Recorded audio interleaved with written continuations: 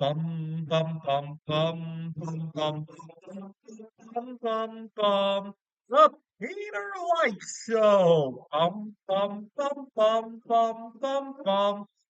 Please continue to pray for a successful career pivot for me here to Taiwan by singing along with me, gesturing at your screen, and smashing the like button. Bum bum bum bum bum bum bum bum bum bum bum bum. The Peter Light Show. Bum bum bum bum bum bum bum. All right, so I've been here in Taiwan for the last 24 hours, and even just 24 hours has made me realize how toxic American culture can be, especially where I now live in Phoenix. One thing that immediately caught me, and this caught me when I was on the plane to Taiwan, I sat next to mostly Asian people, is that we Asians worry about the big stuff and let the small stuff slide, right? So, for example, in the United States, ever since the pandemic, there's been a lot of fighting on airplanes, people getting kicked off, or just unpleasant flights in general. Why? A lot of Americans get so uptight about little details, like somebody encroaching on their seat. Oh my God, I had almost got into a fight one. This was before the pandemic, actually. I was on my way, I think from Seattle to Atlanta to catch a connecting flight to continue into Europe. And next to me, some really overweight guy. He bulged out of his seat, and as a result, I kind of leaned on uh, his body.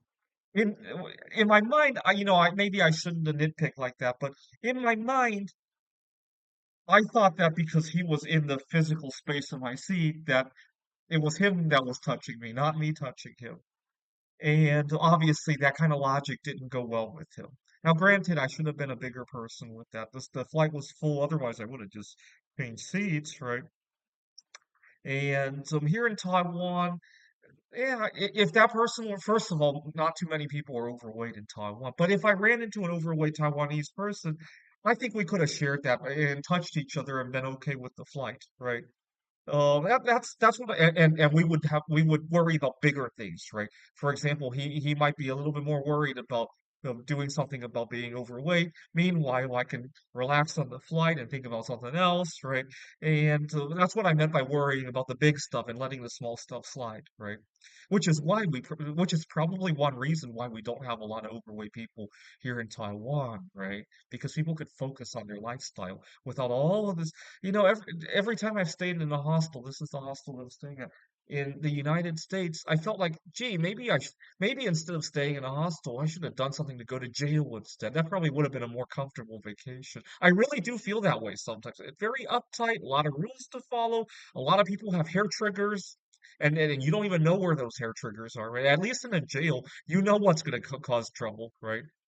And I've had places where I've had to hide my stuff. Like I lived in a house in Levine Village one time, and we couldn't even keep silverware in the kitchen because it would disappear. We'd have to hide it in our room. I asked my roommate, "Hey, where should I put my silverware? Every day I'm going out to buy another set. It's disappearing."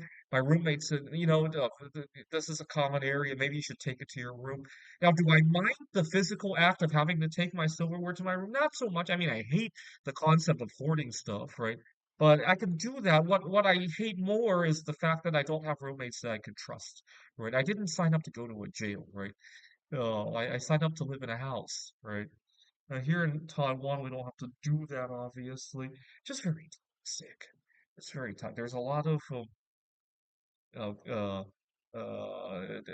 communal living here in Taiwan that we don't have back home, and it makes it easier to focus on other things, including career pivots, including good relationships. Here in Taiwan, the divorce rate is only 20%, right? Back home in the US, it's 50 to 60%, because I think a lot of people can actually focus on a good relationship without having to always have this cloud hanging over their head, right?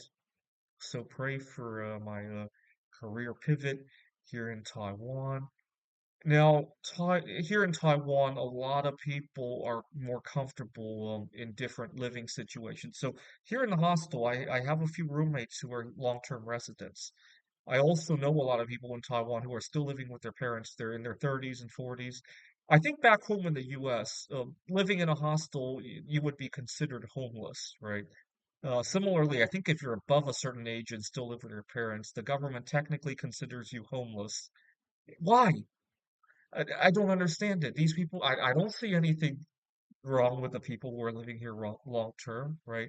Last time I was here in Taiwan, I met a girl. She's 34 years old, still living with her parents. I don't see anything homeless about her. I don't know why we have to label people back home in the United States, right?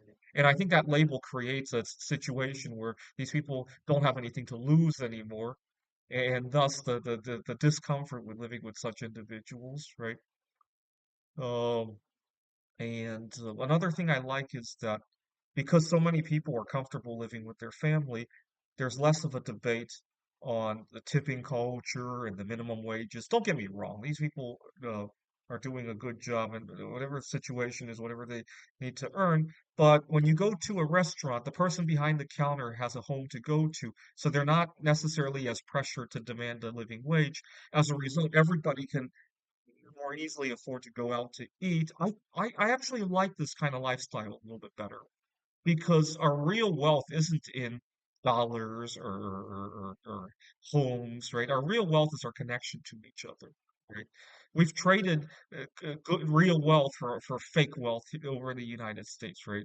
For our bank accounts, for our mansions and all that. When the real wealth is connected, and we traded our uh, divorce rate for that, right? We have a 50% divorce rate, in large part because of that, I would argue, because here in Taiwan, people can actually mingle with people. They might not have the biggest homes, but they can mingle with people. They got a lower divorce rate. I don't know. I personally think Taiwan made the right choice. This is the Peter Like Show.